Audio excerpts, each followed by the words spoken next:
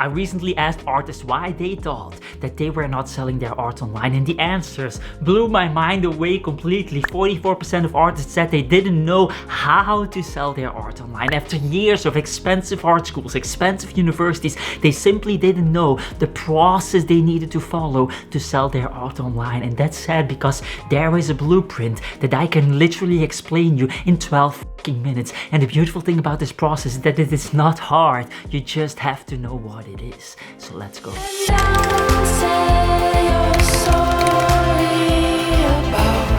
The first step in this 3-step process is probably the most important thing you can do to sell your art, and that is to make art that people want to buy. And according to my research, 83% of artists are doing the exact opposite. They are making art that is original, unique, and beautiful, but originality simply doesn't pay the bills. And so the question becomes, how can we make art that is both original and that people want to buy? Well, what you want to do first is make a list of best-selling artworks from best-selling young artists at low realistic price points that also inspire you. I'm not going to elaborate on the reason why they need to be young, but I'll put it on the screen if you're interested. And the tool that I use to make this list is called Notion. Very powerful tool. And once you have a list of artworks that are selling very well, you will make art that is inspired by this list so that you end up with artworks that have a lot of sales potential. Now this means that you are going through this list and search for patterns that these artworks have in common, and then you want to copy-paste elements from those artworks. And when you hear me say copy-paste, you might be thinking, well, Dries, if you're copy-pasting from other artists, aren't you stealing from them? And the answer is yes, you are stealing, and yes, you have to steal from the best-selling artists. That is what all artists have done before you. Joseph Epstein said, every writer is a thief. Some of us are more clever than others at disguising our robberies. Now you might be wondering, how can you create something original and unique if you're stealing from other artists? Well, the reality is that stealing is the only way to become unique and original yourself. Let me explain what I mean. Everyone in life is not original and unique because of the thoughts they are thinking. We are all a product of the times that we live in, and we all think the same things. We just approach it from different perspectives. Your thoughts and emotions will never be unique and original. And once you understand this, you understand that stealing is in fact the only way towards originality. Because your personal taste is the only thing that's unique about you. And by choosing what to copy from which artist, we express this personal taste, which is the thing that people will call unique 10 years from now. Josh Billings said it beautifully. About the most originality that any writer can hope to achieve honestly is to steal with good judgment. Now you might be wondering if this is even legal, because there's such a thing that prevents you from stealing from other artists, and that is called plagiarism.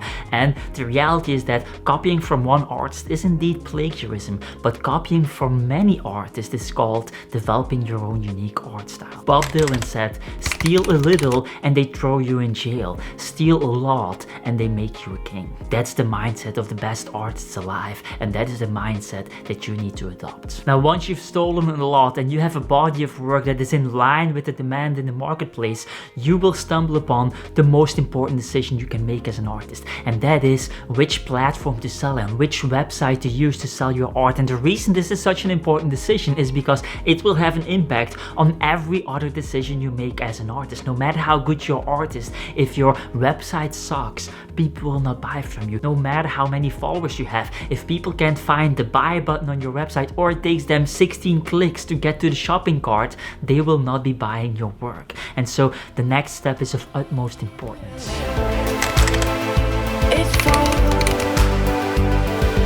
According to my research, most artists are waiting until they're good enough to sell their art online. As a matter of fact, 78% of artists didn't even started selling their art online. They don't have a website to sell their art online. And so they are waiting for Godot. They are waiting for the right moment, the right motivation, the right opportunity. And in most cases, that moment will never come. Sometimes their friends and family said that art is not a career choice, and because of that, they went into a corporate setting, a corporate job, and then they started climbing the corporate ladder. And then after 10 years of fantasizing about what could have been if they started chasing their dreams, they become depressed because of the soul-crushing nature of that corporate office job and they realize two things. One, that they are in fact artists and not office slaves, and two, that they've missed out on 10 years of artistic growth because they cared too much about what other people thought of their dreams. They listened to the insecurities of others who were laughing with this so-called silly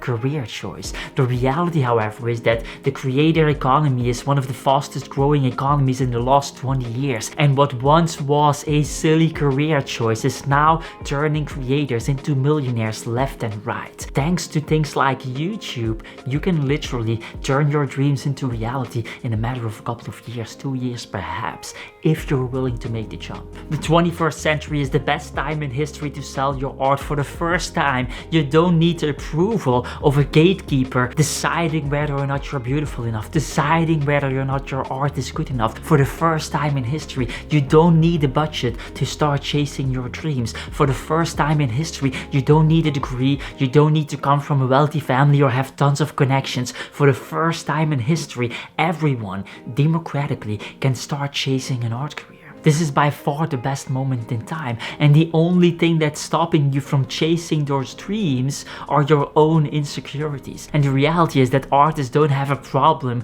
with chasing their dreams, they have a problem with starting to chase those dreams in the first place. And the little secret is that you don't have to be great in order to start, but you have to start in order to be great. And so what is the best place to sell your art online? Well, if you've been waiting for 10 years, the best place is probably the place that makes it easiest for you to stop the cycle of waiting and start the cycle of actually selling. And the best place that I know for people who have been waiting that makes it very easy are online galleries, and best online gallery that I know is Saatchi Art, and so that's what I would recommend. Now that you have art that sells very well, you have a place to sell your art on, and you became aware of the best opportunity ever created for artists, namely the creator economy, it is time to start talking about how you can benefit from this opportunity. How can you use social media to sell your art, and how can you become an artist in the creator economy?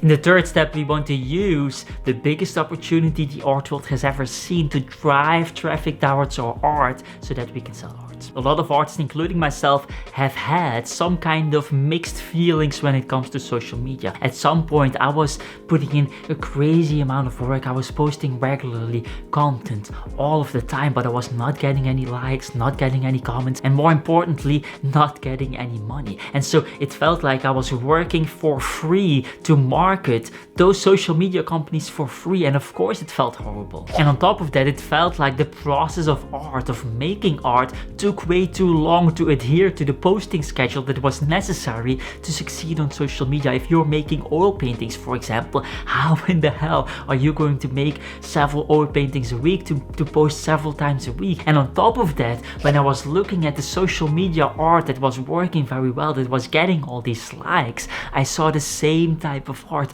the same faces, the same eyes, the same clothing, the same colors, the same everything. This was some kind of social media type of art that worked very well. And I didn't want to make this type of art. I personally didn't like that art. And so how can we solve the problem of creative limits that exist on social media, and how can we be artists that can express our own unique selves on social media while succeeding doing that? Well, so let's talk about these problems. The first problem, that painting takes too long to adhere to the posting schedule necessary, is complete and utter bullshit, because you can, if you want to, make 50 posts about one painting. One post about the color choice, one post about the theme, one post of how you got art block, and then another post where you explain how you solve the art block around that same piece. You're still talking about the same piece, and so this is simply not a problem at all. Then the second thing, that all social media art looks the same, is the same, breathes the same, is actually not the downside of social media, but the downside of human nature. If you go to art fairs and you look at the best performing art, you will see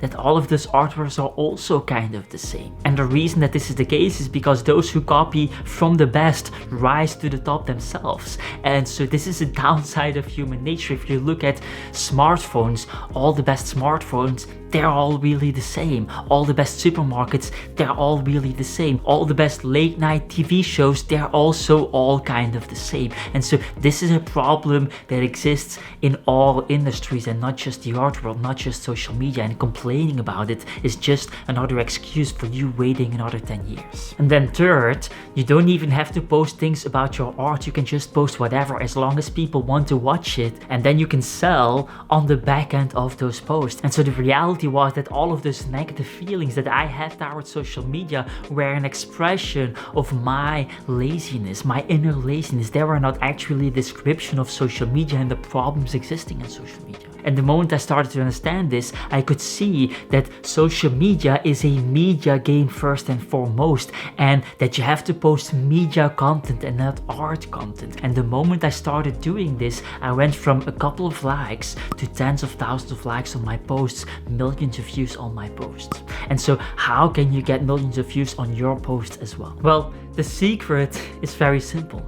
You have to provide content that people want to watch, meaning you have to provide value in your content, meaning you have to understand the pain points and the desires of the viewers, and then create content that solves those pain points or speaks to those desires, whether it's educational or entertaining, doesn't really matter. That's the big secret. Whoever understands the viewer best wins the social media game. If you do this, provide value in your content, you will get millions of views over time. And if you get millions of views over time, you have a place to sell your art, and you are making art in line with the demand in the marketplace, you will be selling art in no time, guaranteed.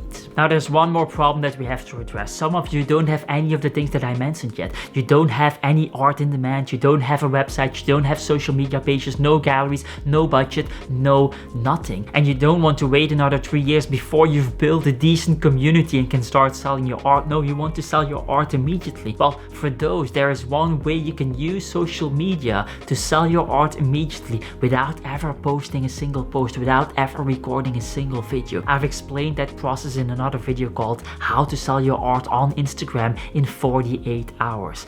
I'll link it in the description and in the end screen. That said, get the hell out of here.